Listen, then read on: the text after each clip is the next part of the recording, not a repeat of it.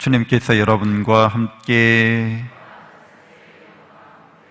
루카가 전한 거룩한 복음입니다.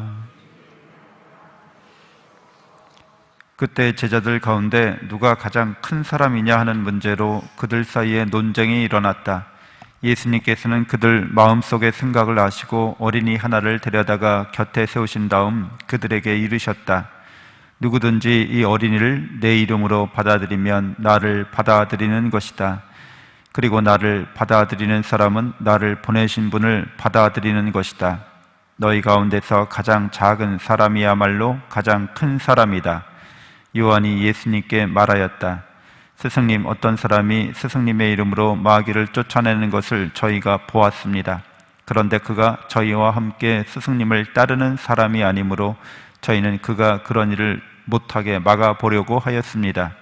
그러자 예수님께서 그에게 이르셨다. 막지 마라. 너희를 반대하지 않는 이는 너희를 지지하는 사람이다. 주님의 말씀입니다.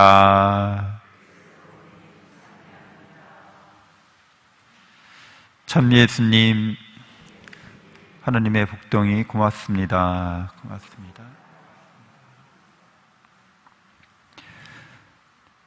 네, 욥기는 의로운 사람의 고난, 고통에 대해서 이야기해주고 있습니다.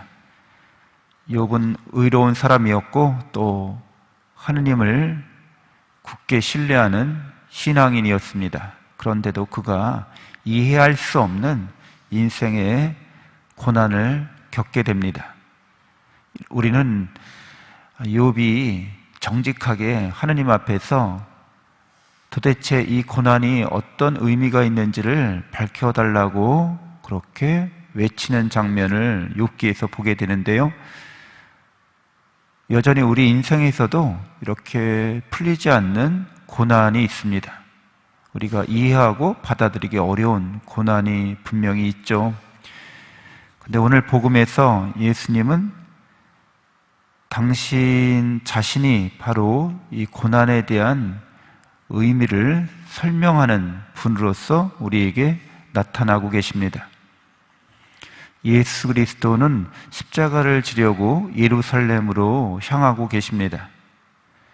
예수 그리스도의 십자가는 예수 그리스도에게 있어서는 고난의 말 그대로 신비인 거죠.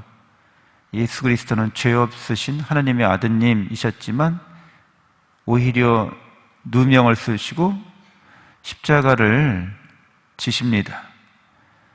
가장 극악한 죄인에게 내리는 그런 벌을 당신 어깨에 매시는 거죠. 그런데도 예수 그리스도는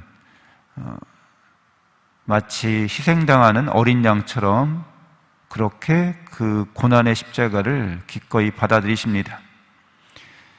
예수 고난의 신비는 그분이 우리를 사랑하셨기 때문이라는 것이 이제 밝혀지게 되는 거죠. 욥이 하느님을 사랑하고 있었습니다.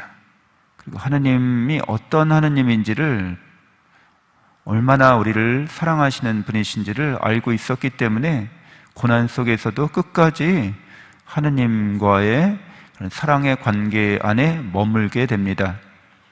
마찬가지로 우리들도 세상을 살아가면서 고난과 역경을 당할 수 있지만 하느님과의 사랑의 관계 안에 머물러 있는 사람은 이해할 수 없는 고난도 인내하고 또 이겨내고 극복해 나가면서 성장해 갑니다. 오늘 예수님께서 어린이 얘기를 하시는데 어린이를 받아들인다는 거죠. 예수님의 이름으로.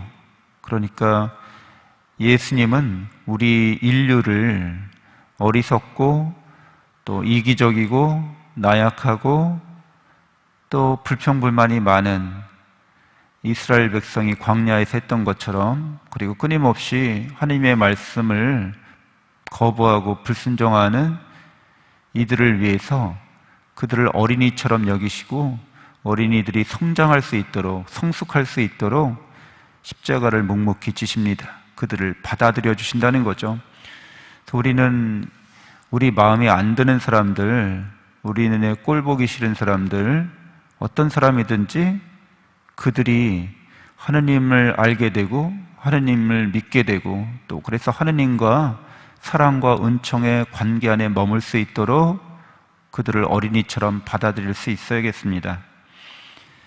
가장 작은 사람이야말로 가장 큰 사람이라고 말씀해 주시는 것처럼 하느님 앞에서 그런 일을 행하기에 우리는 부족하고 턱없이 모자라는 가장 작은 사람임에도 불구하고 그런 일을 하기를 우리가 바라는 것이죠. 모든 사람이 하느님의 사랑을 알게 되기를, 그리고 하느님의 사랑 안에서 살기를 간절히 원하고 바라면서 오늘 하루를 주님께 봉헌하도록 합시다. 잠시 눈을 감고 묵상하겠습니다.